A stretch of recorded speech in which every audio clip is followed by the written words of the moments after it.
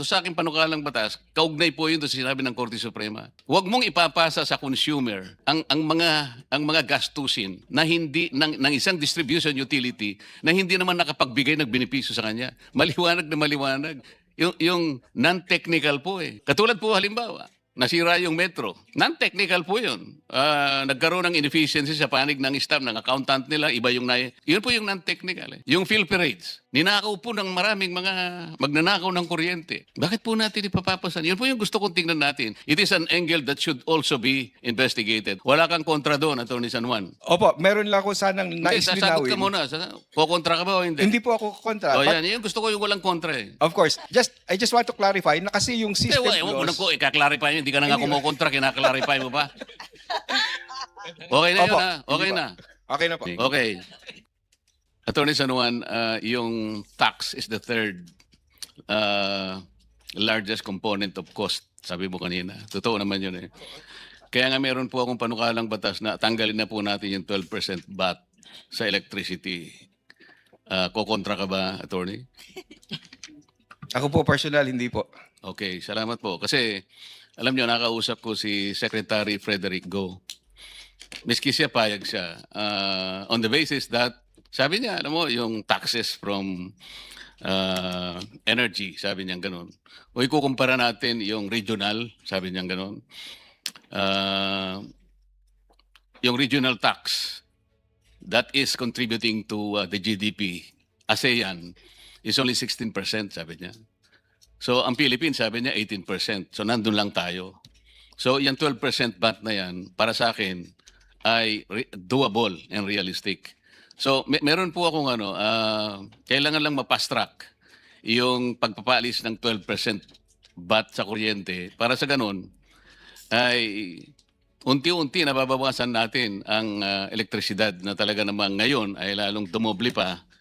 Sabi nga ng marami, kanina po ginawa kong ehemplo yung manager ng isang bangko, dumoble po ang kanyang binabayaran sa kuryente. Manager na po ng bangko yun. So kung titingnan nyo po siguro yung mas nasa mababang echelon ng ating population, nakikita ko po kung paano sila talagang kipit na kipit. Kasi po, tingnan nyo, Atty. San Juan, local franchise tax, tumaas yan, universal charge, yung system loss. Pati nga po yung system loss, merong tax. Dito lang nangyari sa bansa natin. Pati ba yung bagay na wala, natatax? Isipin po ninyo, lifeline rates, senior citizens discounts, at yung ancillary services. Kaya po tumaas ang singil ng Meralco ay dahil sa contributory factors na ito. Sabi ko nga sa Meralco one time, pati ba naman yung local franchise tax, kayo naman yun eh. Wala namang kinalamanan yung mamimili ng kuryente. Sana yun lang, local franchise tax, kayo naman ang nag-apply nito. At tama lang naman kayo lang. Dapat tanggalin nyo to. Yung system loss po, alam po ninyo, Atty. San Juan, Meralco representative, meron pong isang napakagandang desisyon ng Korte Suprema dyan eh. Nung magkaroon ng kaso between Meralco at saka yung dating ERC, ERB pa nun eh. Alam po ninyo kung ano yung sabi ng jurisprudence? Hindi mo kailanman maipapasa ang costs, yung gastos sa isang mamimili, sa consumer, kung ito naman ay hindi kanya nakapagbibigay sa kanya ng anumang benefit. Wala naman talagang benefit ang system law sa kanya. Bakit mo ipapasa yun? Isa yun sa isang pinakamagandang jurisprudence po na naitala sa kasaysayan ng Supreme Court. Pero hindi po natutupad yun eh. Mula doon sana pag-aralan natin. At mula sa batas po, sinasabi, kinakailangang manaig po yung salita ng batas. Isa po sa mga layunin ng IPIRA ay yung pong pagkakaroon ng affordable rates of electric power. Sa aking palagay po, yung affordable ay mura, abot kaya, kayang-kaya. Pero kailanman hindi pa po nangyari yun. So hanggat hindi natin naibaba, at ngayon nga po ilalong tumataas, Mr. Chair, there is a continuing violation of the law. Affordable rates po. Sumisigaw na po sa hirap ang mamamayan ngayon. Atty. San Juan, pag-usapan natin ang ancillary rates. Isa po sa malaking bahagi ng gastusin na binabayaran po napupunta po dun sa listahan, dun sa monthly billing po ng isang consumer? Bakit hindi nyo po i-propose na ang gobyerno ay mag-maintain na po ng isang power plant na ang tanging layunin niya ay siya na po yung mag-provide ng ancillary rates para hindi makadagdag po. Hindi naman po siguro magiging baka hindi naman po siguro kokontra ang ating mga generation companies kasi ang pinag-uusapan lang ancillary, hindi po nakikipag-compete ang government. Gusto lamang po niyang makatulong sa kanyang mamamayan, siya na po ang aako dun sa ancillary rates. Hindi po ba tamang solusyon ito, Attorney ERC? Opo, po pwede yan na option. And dun sa EPIRA review, po pwede nga pong balikan yung polisiya na in-adopt before na yung gobyerno ay aalis na doon sa generation Doon lamang and sa punto na transmission yon, industry. nakikita ko kasi na baka aangal sila dahil nga akala mo nakikipag-compete ang gobyerno. Pero hindi po. Kaya sinasabi ko lang, only on the basis of providing the ancillary services. So hindi po competition yon sa panig ng private sector. Tama po. Tama po. At kasi ngayon, ang struktura ng ating power industry na bago na din. Kaya Kaysa nga po, noong yun lang po gusto ko. So hindi ka naman kukontra doon, di ba? Opo, maaari nga pong mapag-aralan niya ng Kongreso para maribisa yung polisiya na nasa EPIRA. Kasama na rin doon yung polisiya ng pag-allow ng lifeline as an exception to the removal of cross-subsidy principle. Yung system loss naman, meron din po akong panukalang batas dyan. Kasi po yung dalawa pong bahagi yung system loss, isang non-technical at saka yung technical. Sa technical, pwede na natin silang pagbigyan. Talagang kasama po kasi sa sa negosyo. Although sa akin po, ipapalagay ko yung ipapalagay kong business risk yun Pero pwede ko nang pagbigyan Pero yung non-technical, yun maliwanag po na dapat ay hindi ipinapasa sa consumers So, doon sa aking panukalang batas, kaugnay po yun doon sa sinabi ng Korte Suprema. Huwag mong ipapasa sa consumer ang mga gastusin na hindi ng isang distribution utility na hindi naman nakapagbigay ng benepisyo sa kanya. Maliwanag na maliwanag. Yung non-technical po Katulad po halimbawa, nasira yung metro. Non-technical po yun. Nagkaroon ng inefficiency sa panig ng staff, ng accountant nila, iba yung yun po yung non-technical Yung filthy rates. Ninakaw po ng maraming mga magnanakaw ng kuryente. Bakit po natin ipapapasan? Yun po yung gusto kong tingnan natin. It is an angle that should also be investigated. Wala kang kontra doon, Atty. San Juan. Opo, meron lang ako sanang nais Sasagot ka linawin. muna. Kukontra ka ba o hindi? Hindi po ako kontra. O But yan, yung gusto ko yung walang kontra of course, I just want to clarify na kasi yung system Ewan mo na laws... ko, ikaklarify yun. Hindi ka na nga kumukontra, kinaklarify mo pa. Okay na yun Opo, Okay hindi na. Okay na po. Okay. Ito pa yung isang area, Atty. San Juan. Ang laking bagay sana ito Panagutan po natin yung ARCOA. Malaki po ang ibibigay nito na pagkakataon sa pagpapababa po ng singil sa kuryente. Kapag ito po ay napanagutan natin sa magitan ng maayos na mga rules, kaya po hindi masyadong nagiging masigasig ang pagpapatupad nito dahil yung mga rules natin po hindi masyadong malinaw Pero sa sandaling mapunta tayo sa ganito, mapanagutan po natin yung ARCOA. Alam po natin na pinag-uusapan natin, ang isang komunidad, meron siyang threshold Kung hindi ako nagkakamali, correct me if I am wrong, ang isang village o community, pag na-total niya na meron siyang 500 kilowatts, mag-a-apply sa ARCOA at makakakuha siya ng isang service provider, not necessarily, for example, in this case, Meralco. Halimbawa, ang Meralco is 9 pesos per kilowatt hour. Yung service provider, sabi niya, bibigyan kita 842, halimbawa. So meron siyang option. Ang laking bagay po nito. And then an aggregation of villages, of subdivisions, yung tinatawag nating aggregation. Kung hindi po ako nagkakamali, 700 kilowatts. Para ko pong nakita na unti-unti nakakatulong tayo na mapababa natin kung sakasakali pong yung mga regulasyon natin magiging malinaw at saka may pakalat po natin impormasyon na ito, marami po ang mag-a-avail nitong Retail Competition and Open Access na kung tawagin natin ay ARCOA. Wala kang kontra doon, Attorney San Juan. Wala po. In fact, full support kami sa lowering ng threshold. We are supposed to implement now the 100 kilowatt threshold this coming June. We've also approved the retail aggregation program, and we've been actively pushing for this program to be adopted by our communities, by our villages, by businesses na mayroong mga iba't ibang mga offices or branches or mga pwede nilang i-aggregate. And second, we're also of course naman aware na may mga issues din sila mga distribution utilities on the availability ng kanilang meters na po pwedeng magamit, and at the same time yung mga stranded contracts nila na po pwedeng wala nang bibili kasi nag-migrate na yung ibang customers nila to the retail electricity supplier. So lahat po ito tinitingnan natin para talagang maayos yung pag-implementa natin ng ARCOA po. So walang kontra. Wala po. Salamat, Attorney Juan pala, hindi San Juan. Pasensya na po. Attorney Juan, may isa pa tayong pwedeng gawin. Kung titingnan po ninyo yung ating mga private distribution utilities, meron po tayong mga calibrated levels po ng kanilang ROE, yung return on equity. Ito po yung porsyento na kung saan tinitingnan natin kahit papaano hanggang saan ba yung dapat kitain ng mga shareholders or stockholders ng mga private utilities. Kasi po, Attorney Juan, meron akong nakitang isang magandang halimbawa, meron kayong isang resolution na kung saan ang isang distribution utility ay binigyan nyo ng cap na 13.6% ng kanyang ROE.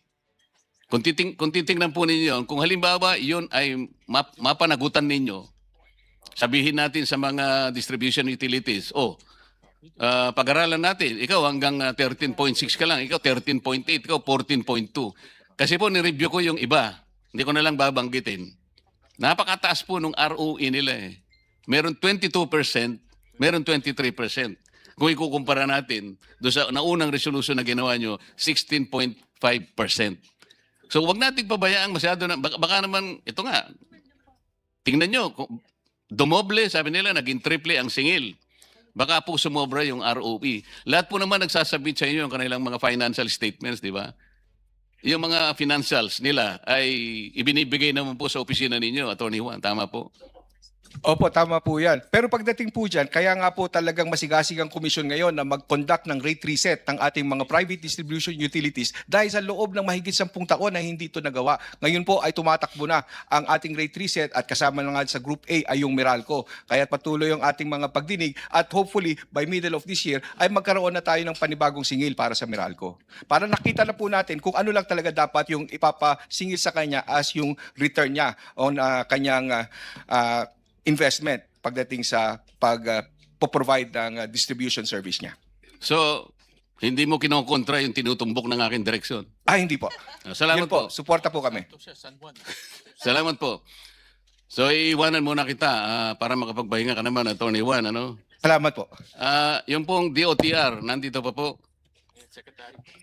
Good afternoon, Mr. Chairman. Good afternoon, Secretary. Members. Mr. Chair, kasi po, yung presentation nila doon sa mga papantulong po na kanilang naibibigay sa mga sektor na kanilang ginagalawan. Pito po yung aking naisulat.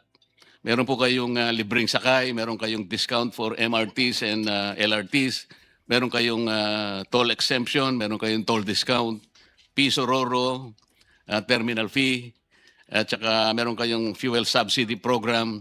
Meron pa kayong reduction in commission fees for TNBS. Lahat po ng ito ay individually and collectively nakakatulong po sa mga iba't ibang sectors na inyo pong pinapatnugutan. Tama po, Secretary? That's correct, Mr. Chairman. Ang problema ko pong nakikita, kagaya po ng naging problema rin ng DSWD, dahil gusto nilang screenin talaga yung listahan. Ito pong mga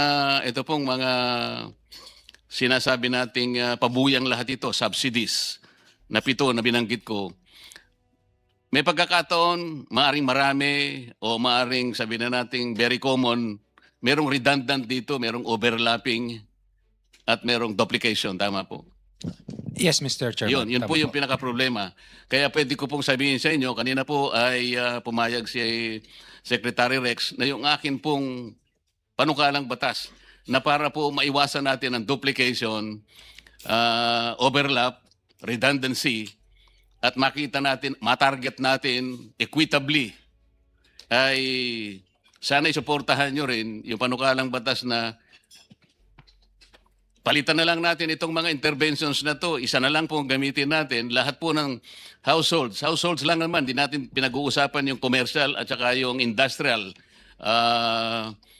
consumers ng private utilities.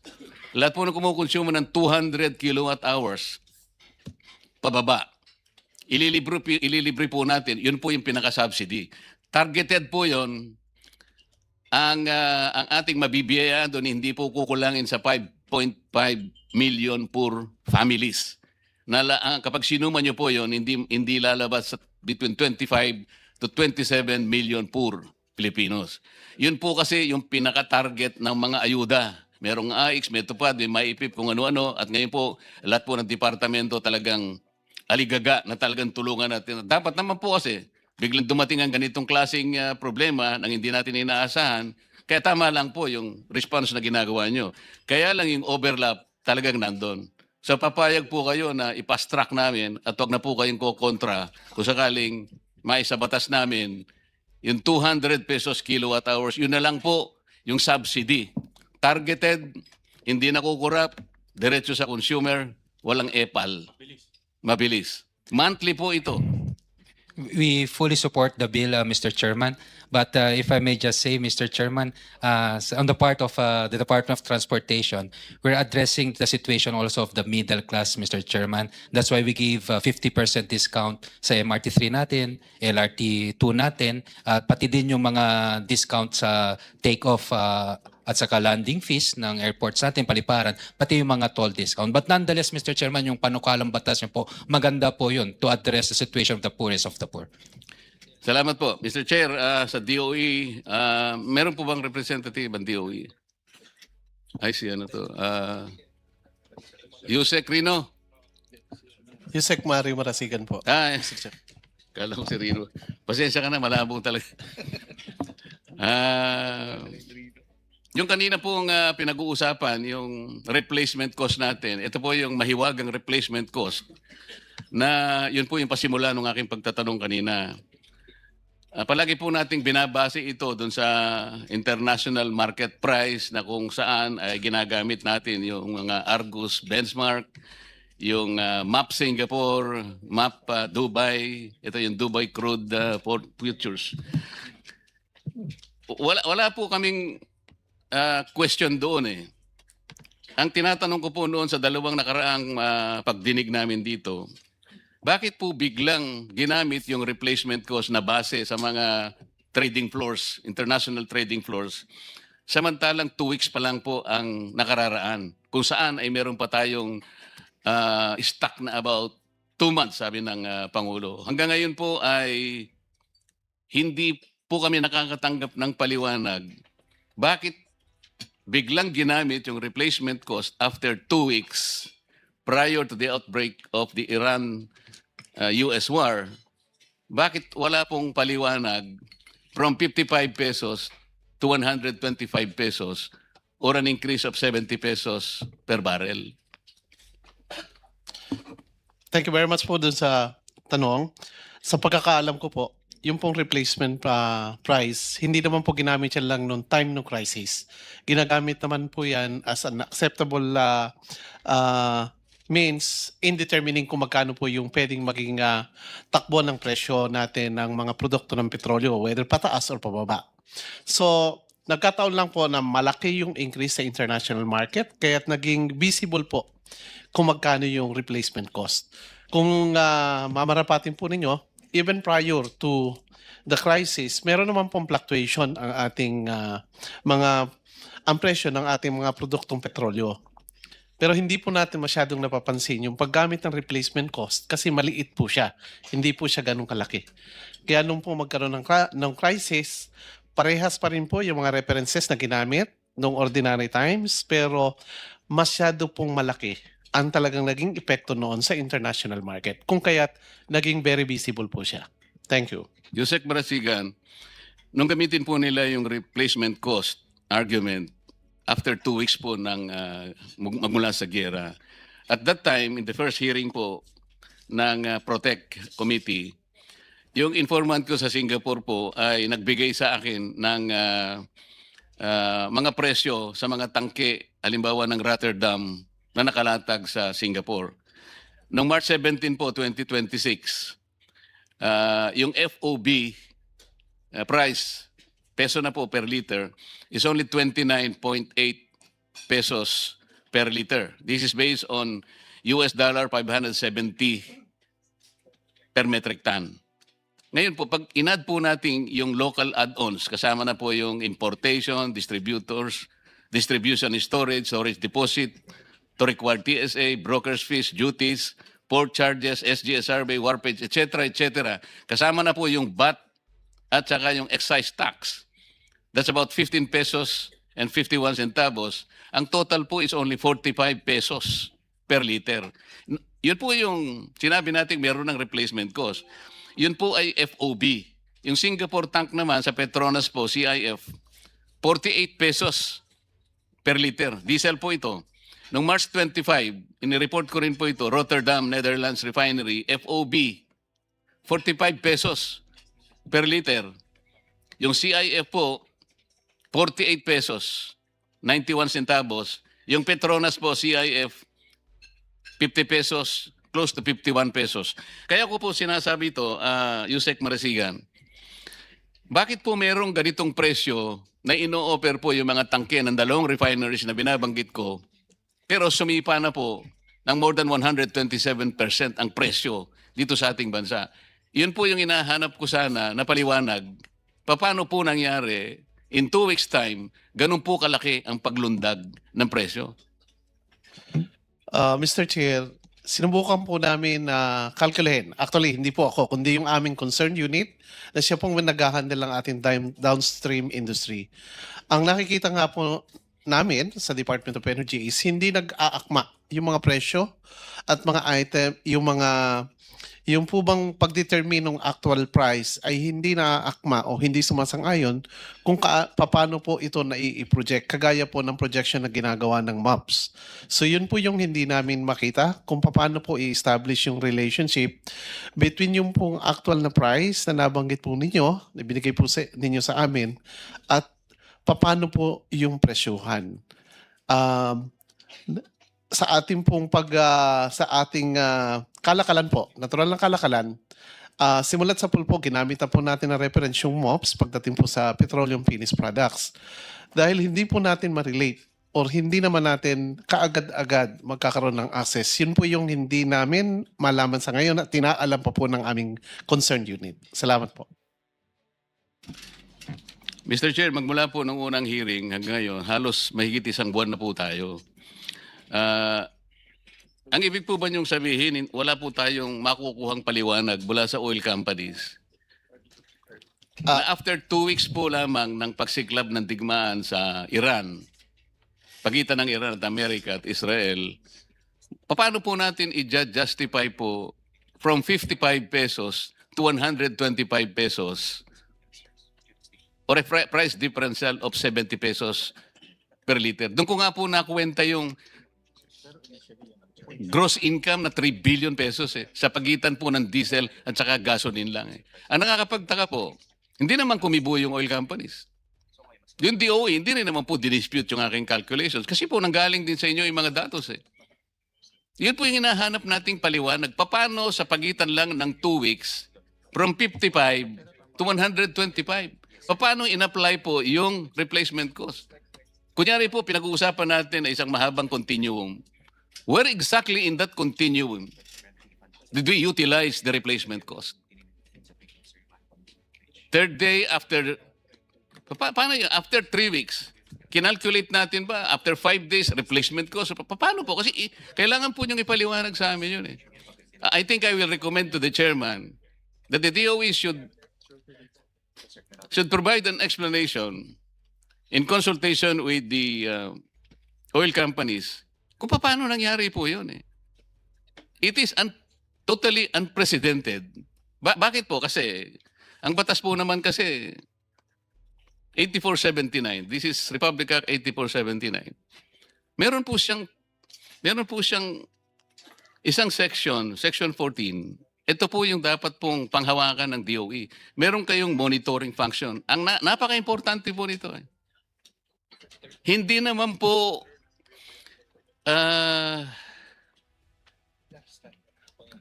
anong tawag doon?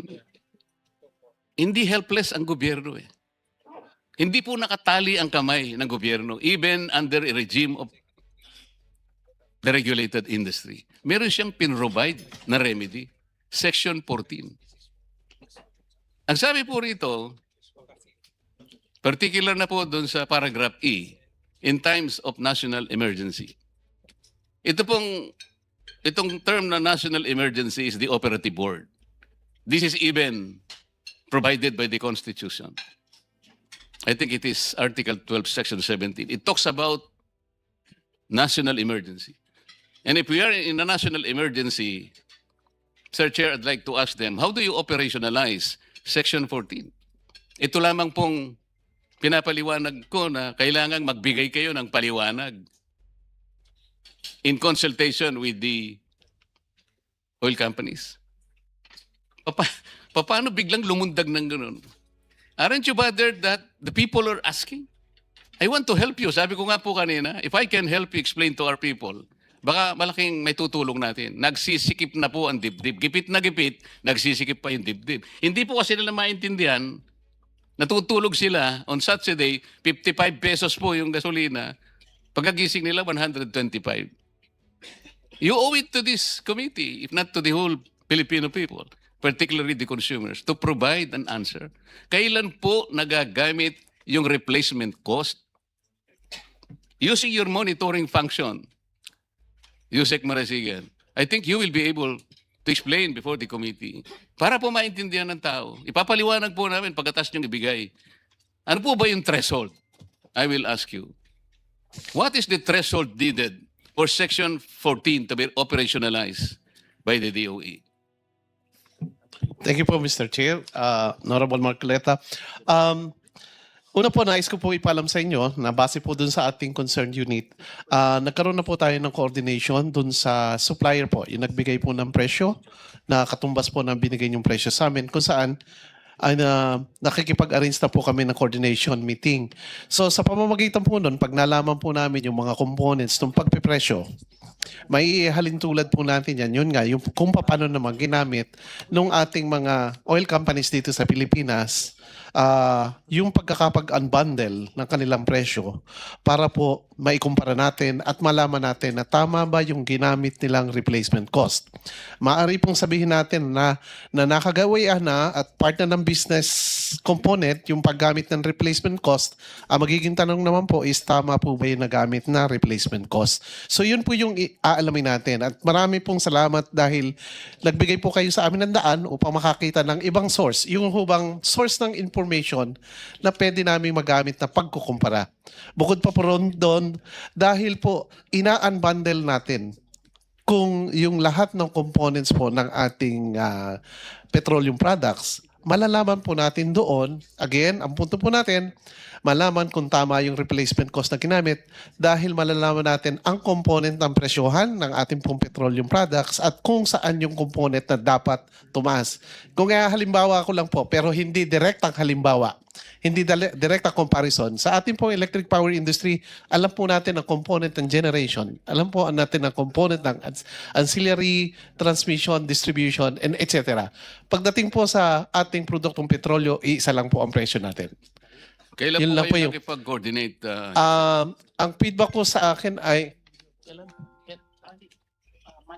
Monday. Nung Monday po kami nagkaroon ng coordination. So magsiset po kami ng meeting. Nung Monday lang po kayo nakipag-coordinate? Di po, Isang nung buwan Monday, na po nating pinagtatanong nung Monday Yusek po Marasigan. na-establish yung communication, yung pong contacts kung paano sila ma-access. Opo, We tried po. Kumontak na po sila. Opo, Ano pong ginamit na modality ng pag-contact? May nakuha na daw pong contact number para mag-communicate. Kasi po, ang ginawa po ninyong communication through email. Tama po.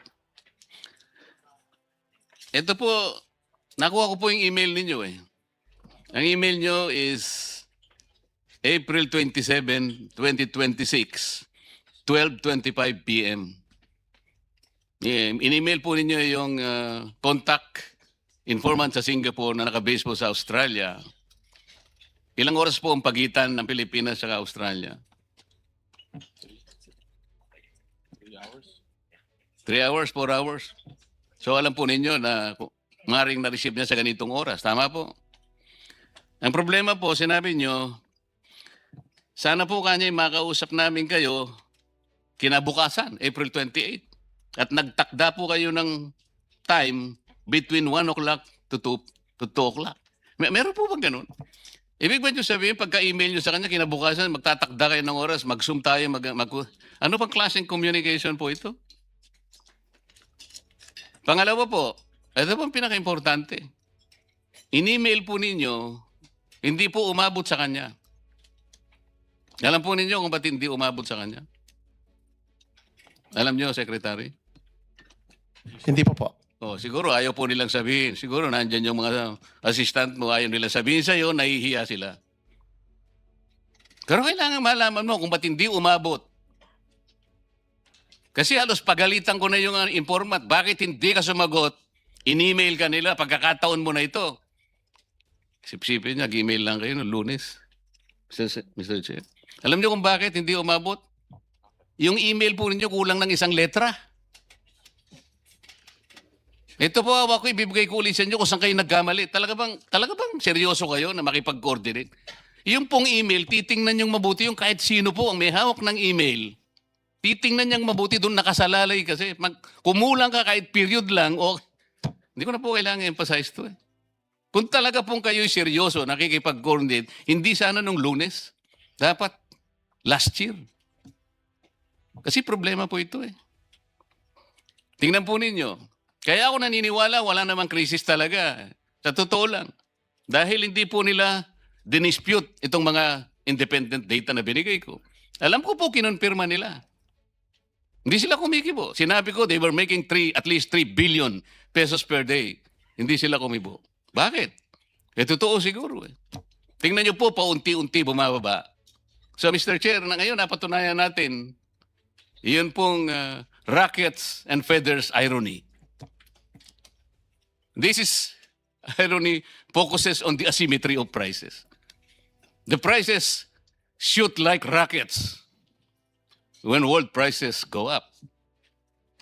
But they fall like feathers when they drop. Tama po o hindi? Naniniwala po ako. Unti-unti po ibalik na sa 55 kaagad. Kung hindi naman totoo itong crisis na ito. Kaya ng Manibela, kanina pa gusto na magsalita ito eh. Palagay ko pag itong nagsalita, total pag nagsalita, ako po'y aalis na kasi ayaw ko pong marinig kasi masasaktan na naman po ako sa sasabihin niya. Ang Pasang Mazda nandito. Alam po niyo, ilang beses po akong tinawagan ni Ka Obet tungkol dito. 292 text messages. Dalawa lang po inasagot ko, pasensya ka na Ka Obet. Kasi po, ayaw ko po sagutin, wala akong maisagot eh. Secretary Rex, mabuti na lang nandiyan ka. Pag nakikita kita na-inspire talaga ako. Mr. Chair, salamat po sa panahon binigay niyo. Salamat po.